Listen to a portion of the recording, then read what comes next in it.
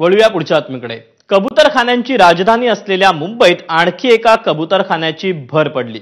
मंत्री मंगलप्रभात लोढांनी संजय गांधी राष्ट्रीय उद्यानातील 3 मूर्ती जैन मंदिर इथे नव्या कबूतरखान्याचं उद्घाटन केलं। मुंबईतील कबूतरखान्यांची संख्या आता 52 झाली आहे। मुंबईतील प्रत्येक वॉर्डमध्ये कबूतरखाना उभारला जावा अशी इच्छाही लोढांनी व्यक्त केली।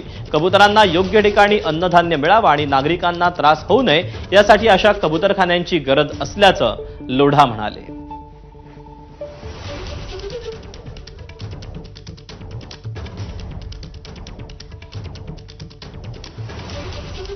आज आपण इथे पोलनपूर दिगंबर जैन समाजतर्फे हा जी जगह आहे त्यांची 9 एकर जगह आहे त्यामध्ये आता आपण एक नवीन कबूतरखानाचं आज उद्घाटन केलेलं आहे। आपण बघू शकता हा लोकांचे कोणाने काही त्रास यामध्ये ते हा एक नॅशनल पार्कचा पार्ट आहे। नॅशनल पार्कमध्ये सर्व जानवर मुक्तपणे विचरण करता, पक्षी पण विचरण करता।